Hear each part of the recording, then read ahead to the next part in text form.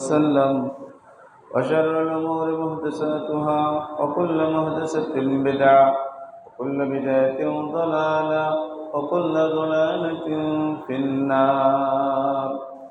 أعوذ بالله من الشيطان الرجيم.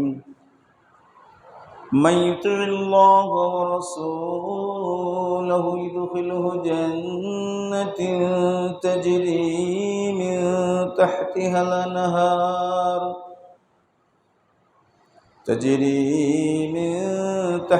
الأنهار خالدين فيها وذلك الفوز العظيم.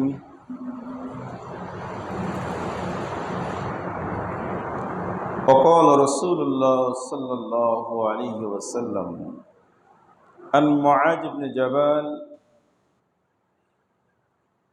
وأيضا عن أنس أن الرسول صلى الله عليه وسلم قال: من أكل طعاما ثم قال الحمد لله الذي أطعمني هذا الطعام ورزقني من غير حول مني ولا قوة غفر له ما تقدم من جنبه. رواه الترمذي. وزاد أبو داود: من لبس ثوبا فقال الحمد لله الذي كساني هذا ورزقنيه من غير حول مني ولا قوة غفر له ما تقدم من جنبه وما تأخر. رواه أبو داود وصححه الألباني. সম্মানিত উপস্থিতি, মোহতারাম মুরব্বিয়ান, সমবয়স্ক বন্ধুবর্গ, অর্ধরাত্রাণী মা ভগ্নীগণ, ছেলের কচিকাচারা, ভার্চুয়াল জগতের সম্মানিত দর্শক ও শ্রোতা মণ্ডলী, আমরা সবাই মহান রব্বুল ইজ্জাতের জন্য প্রশংসা জ্ঞাপন করি। সবাই বলি আলহামদুলিল্লাহ।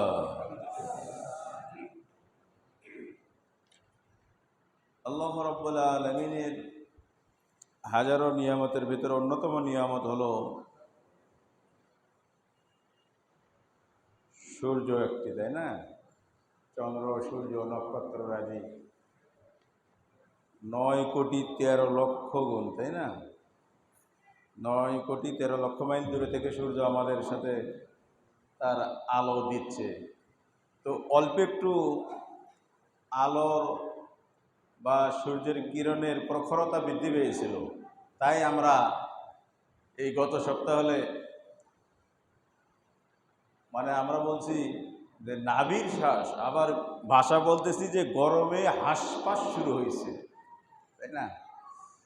তো আল্লাহ দেখেন অল্প একটু কমাইছে, এখন মোটামুটি আলহামদুলিল্লাহ সবাই ভালো আছে। সেজন্য আরেকবার শুকরিয়া আল্লাহর, আলহামদুলিল্লাহ। বেশি পাওয়ার দেয় নাই, মাত্র 40-42 ডিগ্রি আমরা বলি। তো এইটা যদি এইভাবেই কিয়ামতের দিনে থাকে তাই তো সমস্যা। এইভাবেই যদি কিয়ামতের দিনে থাকে তাই সমস্যা। এসি, বিদ্যুৎ, কত কিছু আছে, তারপরও মাত্র 40-42 ডিগ্রি তাপমাত্রা, তাই আমরা থাকতে পারি না। আর রাসূলুল্লাহ সাল্লাল্লাহু আলাইহি সাল্লাম বলছেন, কিয়ামতের ময়দানে এই সূর্য মানুষের বলে যে 1 বিঘত এত দূরত্ব থেকে মানুষের তাপ দিবে, কাছাকাছি চলে আসবে। তাহলে পরিস্থিতিটা কীরকম হবে? আর সেদিন আমাদের কারো শরীরে কোনো বস্ত্র থাকবে না। চিন্তা করেন, এখন তো এই 42 ডিগ্রি সেলসিয়াস এই তাপে আমরা ঘরের ভিতরে আছি, এসির ভিতরে আছি, তাও অসহ্য হয়ে গেল। আর সেদিনের পরিস্থিতিটা কেমন? আসলে সেজন্য আল্লাহ রাব্বুল আলামিনের এরকম শাস্তি থেকে বাঁচার জন্য সদা সর্বদাই তার প্রশংসা জ্ঞাপন করতে হবে আমাদের। রাসূলুল্লাহ সাল্লাল্লাহু আলাইহি সাল্লাম বলছেন যে এই গ্রীষ্মকাল আর শীতকাল, এটার বিষয়ে হাদিসে বলা হয়েছে মিন ফাইয়ে জাহান্নাম, এটা জাহান্নামে একটা নিঃশ্বাস। এই রোদের প্রখরতা বা গ্রীষ্মকাল এটা জাহান্নামের একটা নিঃশ্বাস। জাহান্নাম একটা নিঃশ্বাস দিয়েছে, সেজন্য কিছুটা অনুভূত হয়েছে আমাদের। আবার শীতের সময় এটাও জাহান্নামের একটা নিঃশ্বাস। প্রকট শীত পড়লে তখন আমরা থাকতে পারি না। এটা আল্লাহ রাব্বুল আলামিন মানুষকে জানানোর জন্য, মানুষকে আল্লাহমুখী করার জন্য বিভিন্ন বিপদ দিয়ে থাকেন, যাতে করে মানুষ বোঝে সৃষ্টিকর্তা একজন আছে। ধরেন এইরকম গরম দিয়েছে, এর আগে মানুষ ভুলেই গিয়েছিল যে আল্লাহ আছে কিনা। দেখতেছে যে আছে। দেখেন না, মাঠে মাঠে মানুষেরা সলাতুল ইস্তিসকার নামাজ পড়তেছে। এই যান্ত্রিক যুগে মনে করেন এরকম সামান্য সমস্যা আমরা ট্যাকেল দিতে পারছি না, যার কারণে কি হলো, স্কুল কলেজের ক্লাসই বন্ধ করে দিতে হলো। তো আল্লাহ রাব্বুল আলামিন আমাদের সুন্দর পরিবেশ দিয়েছেন, সেজন্য বিশেষত প্রত্যেক মানুষের দরকার ছিল মহান রব্বুল আলামিনকে ধন্যবাদ জানিয়ে তার প্রশংসা জ্ঞাপনার্থে আলাদাভাবে কিছু দান সদকা ইবাদত বন্দেগী করা। তা আমরা কয়জনে করতে পেরেছি? প্রয়োজন বোধে কিছু না পারলেও তো যে আল্লাহ আমাদেরকে এত গরম থেকে রক্ষা করেছেন, হেফাজত করেছেন, এই জন্য 2 রাকাত শুকরিয়া স্বরূপ নামাজ পড়তে পারি কি পারি না? যাই হোক, আজকে আমি আপনাদের সম্মুখে সূরাতুন নিসার 13 নম্বর আয়াতের অংশ বিশেষ বিশ্বনবী মুহাম্মদ রাসূলুল্লাহ সাল্লাল্লাহু আলাইহি সাল্লামের হাদিস থেকে একটি হাদিস উপস্থাপন করেছি। এটার বক্তব্য রেখে শেষ করব। বক্তব্যের বিষয় হলো আমাল মান আমিলাহা গফিরা লাহু মা তাকাদ্দামা মিন জামবি। কিছু ছোট ছোট আমল আছে, যে আমলগুলো কোনো ব্যক্তি যদি মনোযোগ সহকারে আল্লাহর সন্তুষ্ট চিত্তে তাকে খেয়াল খুশি করার জন্য, খেয়াল রেখে তাকে খুশি করার জন্য যদি করে, আল্লাহ রাব্বুল আলামিন সে ব্যক্তির জীবনের সমস্ত গুনাহ খাতা মাফ করে দেবেন। এই আমলগুলো আজকে আমরা জানার চেষ্টা করব।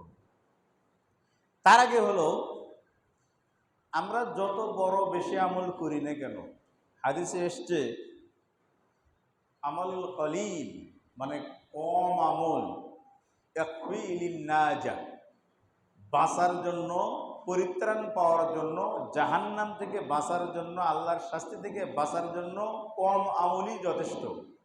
যদি সেখানে খুলুসিয়ত থাকে, আল্লাহকে সন্তুষ্ট করার জন্য যদি থাকে, আর যদি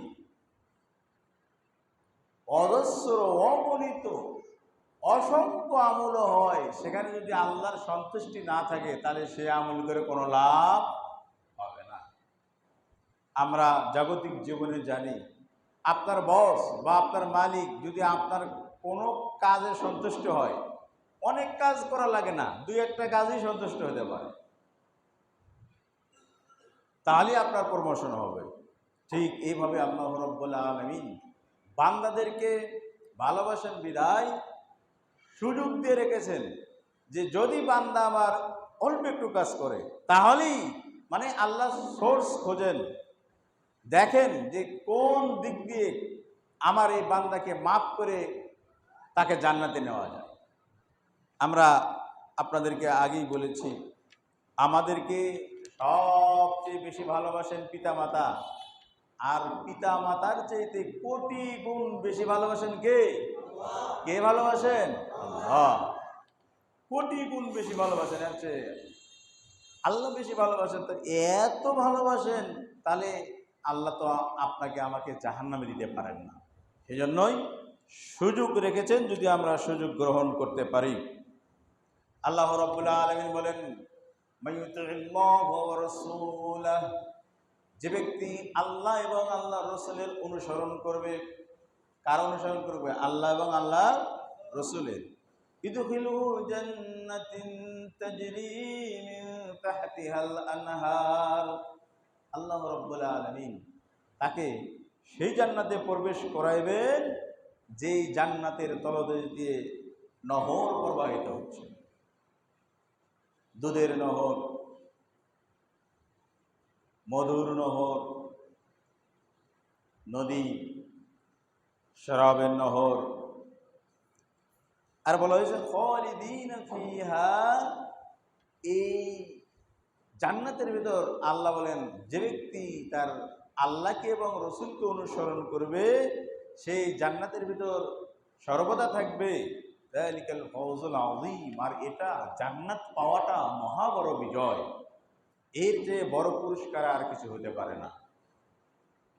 তো এই আয়াতে বলা হয়েছে আল্লাহ এবং আল্লাহ রসুলের অনুসরণ করলেই আল্লাহ তাকে কোথায় দিবেন? জান্নাতে দিবেন। তা আসুন আমরা ছোট্ট করে কয়েকটি কাজ আপনাকে বলবো, এইভাবে যদি আপনি আমল করেন ইনশাআল্লাহ অবশ্যই আল্লাহ রাব্বুল আলামিন এই আমলের বিনিময়ে আল্লাহ আপনাকে সমস্ত জীবনের যত গুনাহ আছে, যত পাপ আছে সব মাফ করে দিয়ে আল্লাহ জান্নাতের মেহমান হিসেবে কবুল করবেন। তার ভিতর আমরা সালাত কেন্দ্রিক নামাজের ভিতরেই 3-4টা পেয়ে যাব, নামাজের বাহিরে কয়েকটি। আমি সবগুলো বলবো না, 4-5টা বলবো। মুআজ ইবনে আনাস তিনি বলেন রাসূলুল্লাহ সাল্লাল্লাহু আলাইহি সাল্লাম বলছেন, মান আকালা তাআমান, যে ব্যক্তি খাবার খেলো, খাদ্য খাই না আমরা, প্রথমত কি বলি আমরা? বিসমিল্লাহ। কি বলে খাই আমরা? কি বলেন? চা খাইলে, চা পান করলে, দুধ পান করলে, ভাত খাইলে, মাছ খাইলে, শাক খাইলে, সবজি খাইলে, একা খাইলে, সবাই করে খাইলে, সবাই মিলে একসাথে খাইলে কি বলে খাইবো? কি বলে খাইবো? সুদ খাইলে, ঘুষ খাইলে বিসমিল্লাহ বলবেন না? সুদ খাইলে কি বলবেন? মদ খাইলে, গাঁজা খাইলে এটা বিসমিল্লাহ কইবেন নাকি? তাহলে বিসমিল্লাহ বলে খাবারের আগে কি বলতে হবে? কিন্তু এবার আর বললেন না যে বিসমিল্লাহ বলবেন, এগুলো খাওয়াই যাবে না, কুখাদ্য, এগুলো খাওয়া যাবে না, সেজন্য এখানে বিসমিল্লাহও লাগবে না। সেজন্য খাবারের আগে কি বলবো আমরা? কি বলি আমরা? বিসমিল্লাহ। আল্লাহ রাসূল বলেন, মান আকালা তাআমান, যে ব্যক্তি খাদ্য খেলো, খাদ্য গ্রহণ করলো, সুম্মা ক্বালা, খাবারের শেষে বলল আলহামদুলিল্লাহিল্লাযী আত'আমানি হাযা ওয়া রাযাকানি মিন গায়রি হাওলিন ওয়ালা মিন গায়রি হাওলিন মিন্নি ওয়ালা কুওয়া, যে ব্যক্তি খাবার খেয়ে বলল আলহামদুলিল্লাহ, কি বলবে? বলবে আল্লাহ তোমার সমস্ত প্রশংসা, এই খাবার যে আমি খাইলাম, গরুর মাংস দিয়ে ভাত খাইলাম, তাই না, চিকন চালের ভাত খাইলাম, দেশি মুরগি দিয়ে খাইলাম, আজকে সুন্দর রান্না বাড়া হয়েছে, অনেক কিছু খাইলাম, আসলে ক্ষুধার্ত ছিলাম তাই খেলাম, আল্লাহ সমস্ত প্রশংসা তোমার, তুমি আমাকে খাওয়াইছো। কি বলছে? আল্লাহ তুমি আমারে খাওয়াইছো। আসলে আমি নিজ ইচ্ছায় এটা খাইতে পারতাম না, আমার শক্তি নাই, তুমি আমাকে এই রিজিকের ব্যবস্থা করেছো, আমার কোনো পাওয়ার নাই, আমার কোনো শক্তি নাই। এই দোয়াটা যে ব্যক্তি পড়বে, দোয়াটা হলো এরকম, বলবে কি আলহামদুলিল্লাহিল্লাযী আত'আমানি, বলেন আমার সাথে, আলহামদুলিল্লাহিল্লাযী আত'আমানি হাযা আত-তাআম ওয়া রাযাকানিহি মিন গায়রি হাওলিন মিন্নি ওয়ালা কুওয়া। হে আল্লাহ তোমার প্রশংসা, এই খাবার তুমি আমাকে দিয়েছো, আমার নিজস্ব কোনো শক্তি ছিল না, খাবার এই খাদ্য উপার্জন করার নিজস্ব কোনো শক্তি ছিল না। এই দোয়া যে ব্যক্তি পড়বে খাওয়ার শেষে, আল্লাহর নবী বলেন গফিরা লাহু মা তাকাদ্দামা মিন জামবি, তার জীবনের পূর্বের সমস্ত গুনাহ খাতা আল্লাহ মাফ করে দিবেন। তাহলে অনেক সময় খাবার খেয়ে আল্লাহর প্রশংসা করবেন এটা ভুলেই যায়, বৈঠকে গল্প করতে করতে, চা খাইতে খাইতে, তার সাথে আবার গরম খাইতে খাইতে, বলে খাওয়ার পরে ঠান্ডা খাইতে খাইতে, আবার সিগারেট খাইতে খাইতে, বেরি খাইতে খাইতে, এ তো ভুলেই গেছে আল্লাহ এত সুন্দর খাবার ব্যবস্থা করলো। এখন যদি আমরা দেখি দোয়াটা অর্থ হলো এই যে আল্লাহ তুমি এত সুন্দর ব্যবস্থাপনা করছো, খাদ্যের ব্যবস্থা দিয়েছো, এটা আমার শক্তি ছিল না। আপনার কি শক্তি ছিল? দেশি মোরগ, আপনি তো ব্যবসা করেন কাঠের, আপনি তো ব্যবসা করেন বাঁশে, আপনি তো ব্যবসা করেন কাপড়ে। দেশি মোরগ কেমনে হয়, কোথায় পালন হয়, দেশি মোরগ কিভাবে বড় হয়, সেটা কিভাবে ধামরাই বাজারে আসে, তারপরে কিভাবে সেটা রান্না হয় আপনার প্লেটে ওঠে, চিন্তা করছেন? আবার দেশি মোরগ রান্না হলো গ্যাসের চুলায়, এই গ্যাস কোথায় থেকে আসছে, এই বিদ্যুৎ কোথায় থেকে আল্লাহ আপনাকে দিয়েছে, একবার কি ভাবছেন? আমি বলেছিলাম, বলে বিজ্ঞানীরা বলছে হাজার হাজার বছর আগে বিজ্ঞানীরা গবেষণা করে দেখেছে এই পৃথিবীতে, আপনারাও জানেন, বলে ডাইনোসরের বসবাস ছিল, বিশাল বড় বড় উদ্ভিদ ছিল, সেগুলো কোথায় গেল?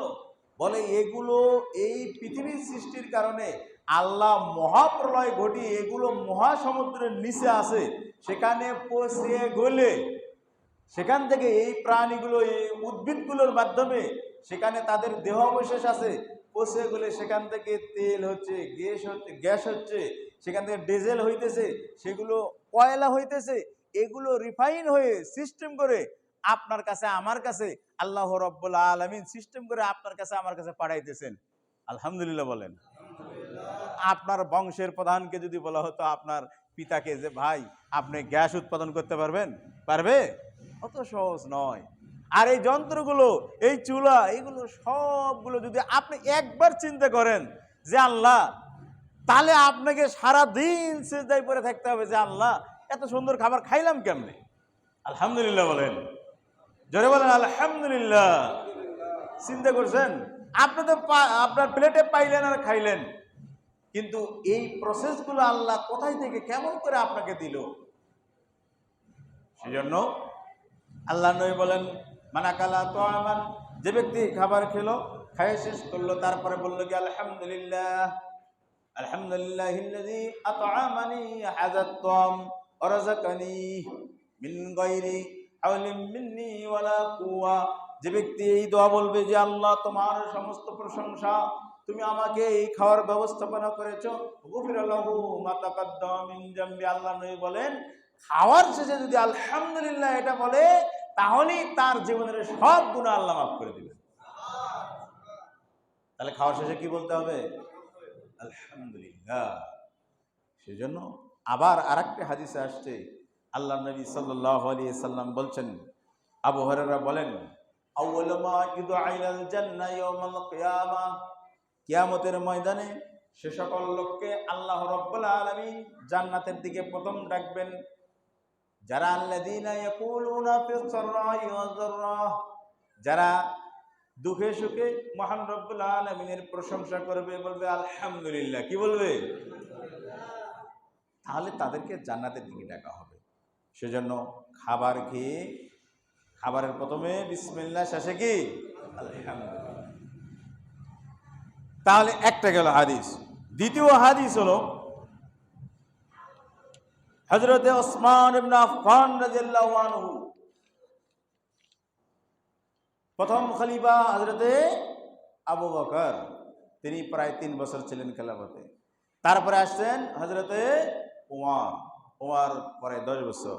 তারপরে খেলাফতের দায়িত্ব পাইছেন হযরতে ওসমান রাদিয়াল্লাহু আনহু, তিনি প্রায় 12 বছর ছিলেন। এই ওসমান রাদিয়াল্লাহু আনহু, তাকে যুন্নুরাইন বলা হয়, মানে আল্লাহ নবীর 2 কন্যাকে, একজন মারা যাওয়ার পরে আরেকজনকে, এভাবে 2 কন্যাকে বিবাহ করেছিলেন। কে? হযরতে ওসমান। ওসমান রাদিয়াল্লাহু আনহুর নামের শেষে দেওয়া হয়েছে ওসমান গনি। আরবের যত ধনী ছিলেন তাদের ভিতরে অন্যতম একজন ধনী ছিলেন হযরতে ওসমান রাদিয়াল্লাহু আনহু। তো এই ওসমান রাদিয়াল্লাহু আনহু বর্ণনা করছেন, একদিন তিনি কি করলেন, তার গোলামকে বললেন, এই তুমি ওযুর পানি নিয়ে এসো। এক বতনা, এক পাত্র পানি নিয়ে আসলেন। আন্নাহু তাওয়াদ্দাফা আফরাগা আলা ইয়াদাইহি সালাসান। এবার ওসমান রাদিয়াল্লাহু আনহু ওই গোলাম পানি নিয়ে আসছে, তখন সুন্দর করে তিনি ওযু করলেন। ওযু করার প্রথমে তার বিসমিল্লাহ বলে তার কবজি পর্যন্ত 3 বার ধৌত করলেন। যেহেতু হাদিসে আসছে যে ইউখাল্লিলু আসাবিআহু, আল্লাহর নবী এই আঙ্গুলে খেলাল করতেন, তাহলে উযু করার সময় কি করতে হবে? এই এক আঙ্গুল আর এক আঙ্গুলের ভিতর দিয়ে এরকম খিলাল করতে হবে, যাতে করে এই আঙ্গুলের মাঝে কি না হয়, পানি না পৌঁছে, শুকনো না থাকে। তো 3 বার ধৌত করলেন কবজি পর্যন্ত। সুম্মা মাজমাজা, তারপরে তিনি কি করলেন? কুলি করলেন 3 বার। অস্তানশাকা, নাকে পানি দিয়ে নাক পরিষ্কার করলেন। সুম্মা গসালা ওয়াজাহাহু সালাসান, তারপরে ওসমান রাদিয়াল্লাহু আনহু মুখমণ্ডল 3 বার ধুলেন, মানে উযু করতেছেন আর কি। সুম্মা গসালা ইয়াদাহুল ইমনা ইলাল মিরফাক সালাসান, তারপরে মুখমণ্ডল ধোয়ার পরে মুখমণ্ডল এই চুলের গোড়া থেকে শুরু করে নিয়ে এই আপনার হলকুমের নিচে যে একটা বর্ডার আছে না, এখান থেকে নিয়ে 2 কানের বর্ডার পর্যন্ত এই মুখমণ্ডল 3 বার ধুত করলেন। তারপরে আবার ডান হাত ধুত করলেন ইলাল মিরফাক, কোনই পর্যন্ত 3 বার। তারপরে বাম হাত ধুত করলেন কোনই পর্যন্ত 3 বার। এবার এইভাবে করার পরে সুম্মা মাসা বিরাসিহি, এবার মাথা মাসা করলেন। কি করলেন? ডান হাত বাম হাত কোনই পর্যন্ত ধোয়ার পরে কি কাজ?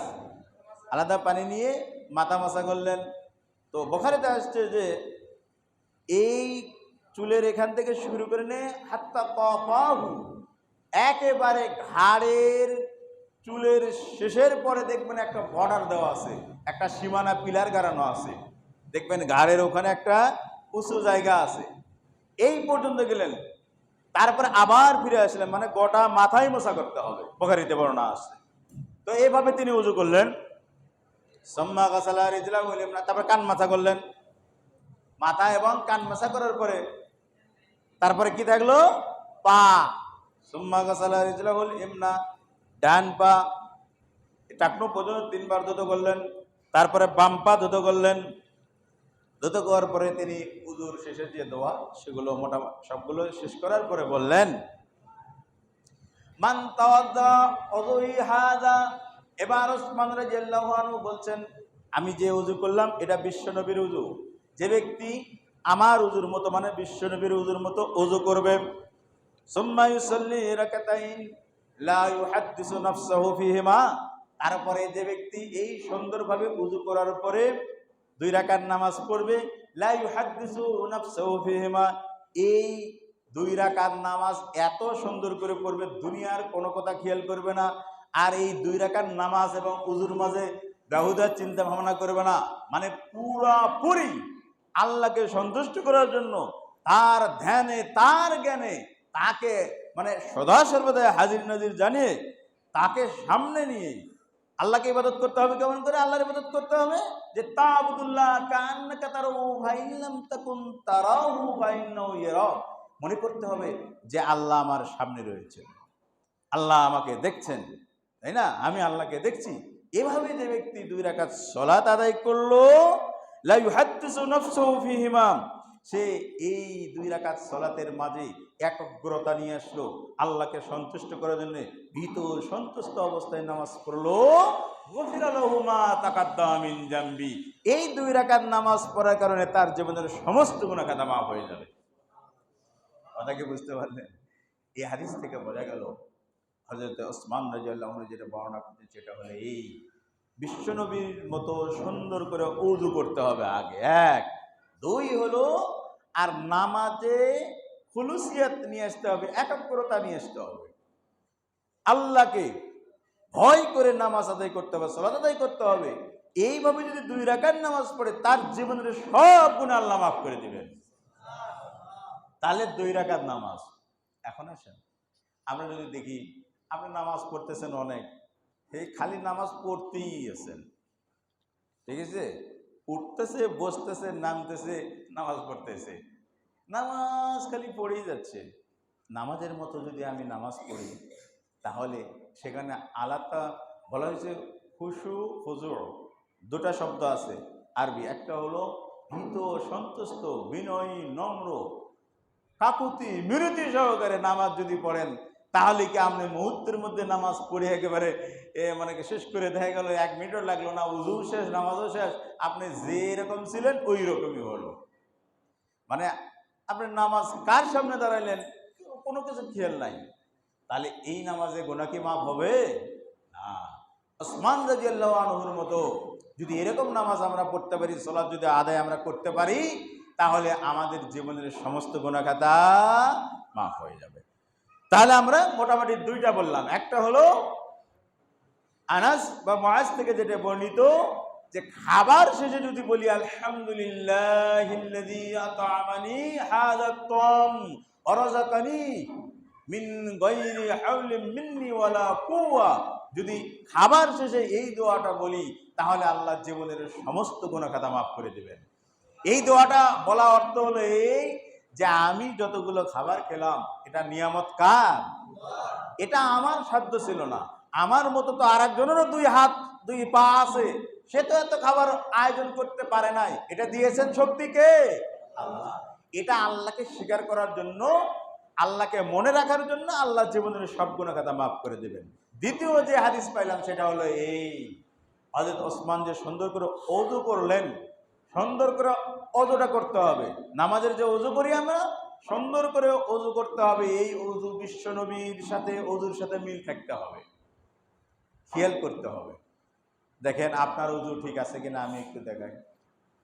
এখন তো সারা বাংলাদেশে আমরা বলতে পারি 90% বেশি মসজিদে এই যে কল আছে, যেটা আমরা বলি পানির কল। আপনি খেয়াল করে দেখেন, আমি নিজেও দেখি অনেক সময় এটা যখন ছাড়ি আমরা, অধিকাংশ মুসল্লি ফুল স্পিরিটে ছাড়ি। তাতে করে দেখা যায় আপনার ওযু করতে 1 বদনা বা 1 বাটি পানি হলে হয়, সেখানে দেখবেন প্রায় 7-8 বাটি পানি নষ্ট হয়। আপনি খেয়াল করে দেখেন। আবারও বলি, এই টেপটা এটা তো নর্মালি ছাড়া যায়। আপনারা ফুল যদি ছাড়েন দেখবেন নিচে একটা বালতি রাখবেন, ওই বালতি ভরে যায়। ওই আপনার উযু করতে করতে যে পানিটা পড়ে যাচ্ছে উযু করা ছাড়াই, ব্যবহার ছাড়াই, সেই বালতির পানি দিয়ে আরো 4-5 জন উযু করতে পারবে। এতে করে কি হচ্ছে? 1, আপনি এই পানিগুলো কি করছেন? অপচয় করছেন। তাহলে একে তো উযু করলেন, খেয়াল করলেন না যে এতগুলো পানি নষ্ট করলেন। 2, এতে করে মসজিদের টাকা কি হচ্ছে? কারেন্ট বিল হচ্ছে না। এখানে আপনি যদি 1 বালতি পানি নষ্ট করেন, কথার কথা সেখানে যদি 5 টাকা বিল আসতে পারে, 2 টাকাও আসতে পারে। তো এইভাবে যদি 50 জন উযু করে তাহলে প্রতিদিন 100 টাকা নষ্ট হচ্ছে। তাহলে আপনি দেখেন উযু করতেছেন সুন্নতি কাজ, কিন্তু মাঝখানে কি হয়ে যাচ্ছে? অপচয় করার কারণে আমি এবং আপনি কি হয়ে যাচ্ছি? পাপী হয়ে যাচ্ছি। সেজন্য এই বিষয়টা খেয়াল করতে হবে আমাকে, যে 1 নাম্বার ওযু করতে হবে বিশ্বনবীর তরিকা মতো, আর পানি আবার কি করা যাবে না? অপচয় করা যাবে না। এই বিষয়টি খেয়াল করবেন। এখন আসুন আমি 3 নাম্বার, এখন আমরা নামাজের ভিতর যাই। রাসূলুল্লাহ সাল্লাল্লাহু আলাইহি ওয়াসাল্লাম বলছেন, আবু হুরায়রা বলছেন, ইযা আমানাল ইমাম ফাআমিনু ফাইন্নাহু মান ওয়াফাকা তামিনুহু তামিনাল মালায়েকা গুফিরা লাহু মা তাকাদ্দামা মিন জামবিহি। বুখারী, মুসলিম, আবু দাউদ, তিরমিজি, ইবনে মাজাহ এ সহকারে মুসনাদে আহমদ, মুসনাদে আব্দুর রাজ্জাক, মুসনাদে বাজ্জার, হাদিসের প্রায় সমস্ত কিতাবে এই হাদিসটা আসছে। হাদিসটা আসার কারণ হলো, মুসল্লিরা আমরা যারা নামাজ পড়ি বা সালাত আদায় করি, এটার কারণটা কি? 1 নম্বর কারণ হলো সালাত আদায় করি এই জন্য আল্লাহর নির্দেশনা। কিসের জন্য সালাত আদায় করি? আল্লাহর নির্দেশ, ফরজিয়াত। 2 নম্বর কারণ হলো সালাত আদায় করি এই জন্য যে এই নামাজ পড়ে জীবনের গুনাহ মাফ করে নিব, জীবনের পাপটা কি করে নেব? মাফ করে নেব। যেমনটি হাদিসে আসছে, আপনার মানে এটা বললাম, এটা দলিল হলো মুসলিম শরীফে হাদিস আসছে, বলছেন আল্লাহর নবী যে আস-সালাতু ইলাস সালাহ, 1 নামাজ থেকে আরেক নামাজ পর্যন্ত মুকাফফারাতুল লিমা বাইনাহুন্না ইযা উসতুনিবাতিল কাবাইর। আমি ফজর সালাত পড়লাম, আবার পরে জোহর সালাত, ফজরের পর থেকে নিয়ে জোহর সালাতের আগ পর্যন্ত যতগুলো পাপ হলো এই জোহর সালাত করার কারণে এই সব পাপ আল্লাহ মাফ করে দেবেন, সেই জন্য পড়া হয়। আবার জোহর সালাত পড়লাম, জোহরের পরে আসর সালাত পড়ব, এই আসর নামাজ আর জোহর নামাজের মাঝে যতগুলো পাপ হলো আসর সালাত পড়ার কারণে আল্লাহ সব মাফ করে দেবেন। কিন্তু যে পড়বে না তার এত পাপ জমা হতেই থাকবে। তো এই হাদিসে আবু হুরায়রা বলছেন এই নামাজটা হলো কিসের জন্য? মানুষের পাপ মাফ করে দেওয়ার জন্য। এই নামাজের ভিতর কিছু কিছু তাসবিহ আছে, ইবাদত আছে, কিছু ছোট ছোট দোয়া আছে। এই দোয়াগুলো একা একার জন্য না, সবাই মিলে করতে হয়। আমরা বলে থাকি স্লোগান দেওয়ার মতো। নামাজ একটা তো আল্লাহর ইবাদত, এখানে কিছু স্লোগান আছে। স্লোগান বোঝেন তো? মিছিল দেই না আমরা? স্লোগান কি একজন আগে আর একজন পরে, একজন আসতে আর একজন জোরে, একজন চিল্লাইয়ে দিলে স্লোগান মেলে? স্লোগান কি মিলবে? কথা বলেন, মিলবে? আমাদের দেশের স্লোগান আছে না, একটা নৌকা, ধানের শীষ, দাড়ি পাল্লা, আরো কি নাঙ্গল ইত্যাদি। একজন আসতে, কিছুদিন আগে কেসি গেল, ট্রাক গেল, এগুলো না আসতে আর একজন জোরে বললে মিলবে? তা আমরা যখন মুসল্লি আসি তখন আমাদের স্লোগান আছে। যেমন ইমাম সাহেব প্রথম স্লোগান দেন কি, আল্লাহু আকবার। কি বলি আমরা? সবাই একসাথে বলেন তো, সুন্দর করে বলেন তো, এবার এলোমেলো করে বলেন তো, কোনটা শুনতে মন ভালো, আগেরটা না পরেরটা? এই নামাজে কিছু স্লোগান আছে, একসাথে বলতে হয়। এখন আপনি বলেন, দেখ ও বলে দেখ, যদি আপনি একসাথে না বলেন তাহলে আপনার গুনাহ মাফ হবে না। আবু হুরায়রা বলছেন আল্লাহর নবী বলেছেন, ইজা আম্মানাল ইমাম, ইমাম সাহেব যখন আমিন বলবে, কি বলবে? তখন তোমরা আমিন বলো। আমিন, যার আমিন, কারণ হলো এই বৈঠকে, এই নামাজে, এই এলাকায় হাজারো লক্ষ কোটি ফেরেশতা রয়েছে, তারাও আমিন বলে। যদি তাদের আমিনের সঙ্গে তোমার আমিন, ইমামের আমিন মিলে যায়, গফিরাল্লাহু মা তাকাদ্দামা মিন যামবি, যার আমিন মিলবে ফেরেশতাদের আমিনের সঙ্গে, তার জীবনের সব গুনাহ মাফ হয়ে যাবে। জোরে বলেন, একসাথে বলেন, মিছিল করে বলেন না কে? এবার আসেন, আমিন বলবেন সুন্দর করে। দেখেন কখন বলবেন আমিন? ইমাম যখন বলে। এখন আমি বলি, গায়রিল মাগদুবি আলাইহিম ওয়ালাদ-দাল্লিন,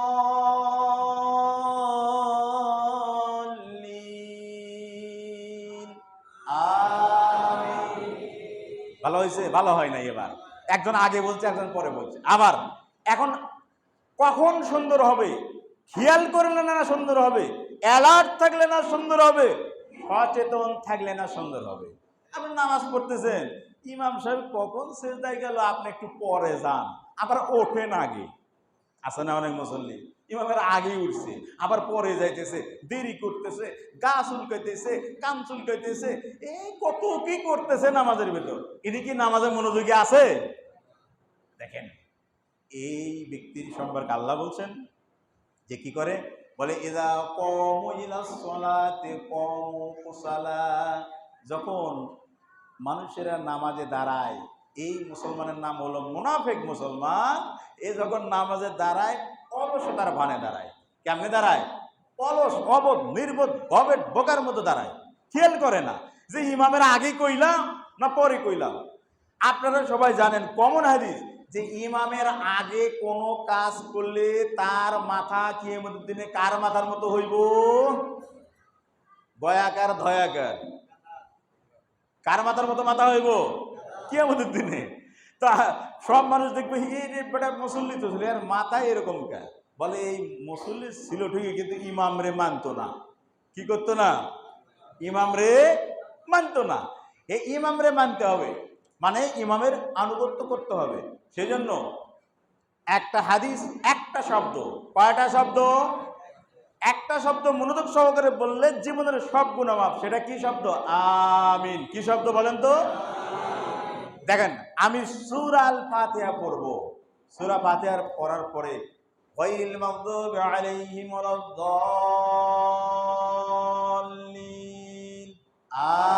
আমিন। আবার একসাথে আরো সুন্দর করে বলা যায় না? দেখেন, গায়রিল মাগদুবি আলাইহিম ওয়ালাদ-দাল্লিন,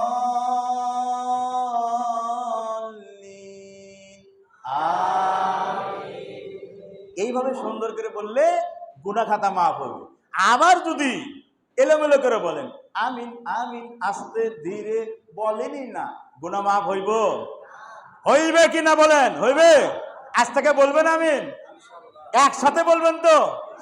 এবার বলেন থেকে গায়রিল মাগদুবি আলাইহিম ওয়ালাদ-দাল্লিন।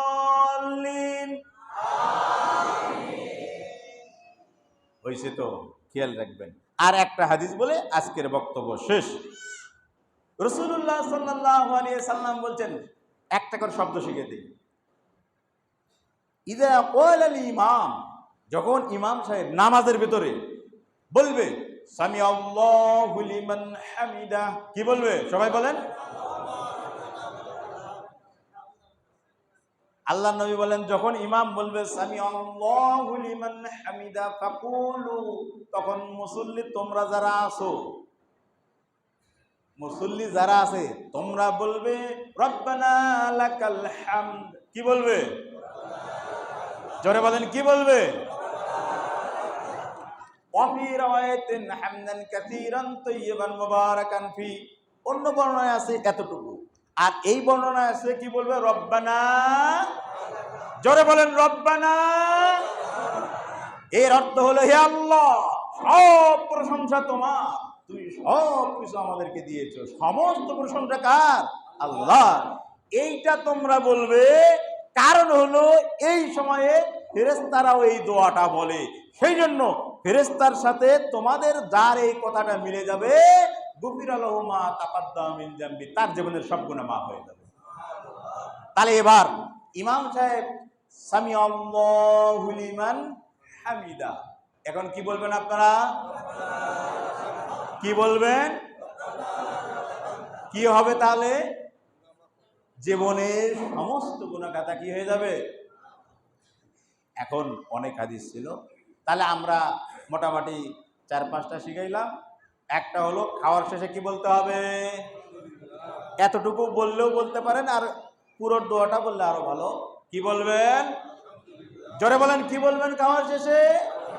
তাহলে জীবনের গুনাহ খাতা মাফ। আর কি করবেন? 2 রাকাত সালাত যদি আদায় করেন সুন্দর করে ওযু করে, তাহলে গুনাহ খাতা মাফ হয়ে যাবে। আর একটা কি বললাম, ইমাম যখন আমিন বলবে, যদি সমস্বরে মিছিল করে মিলায়ে যদি আমরা আমিন বলি, তাহলে জীবনের সমস্ত গুনাহ কি হয়ে যাবে। আর যদি এখানে মিল না হয়, তাহলে গুনাহ মাফ যদি না হয়, তাহলে কি হইতে পারে? পাপ যদি মাফ না হয়, তাহলে কি হবে? জমা হবে।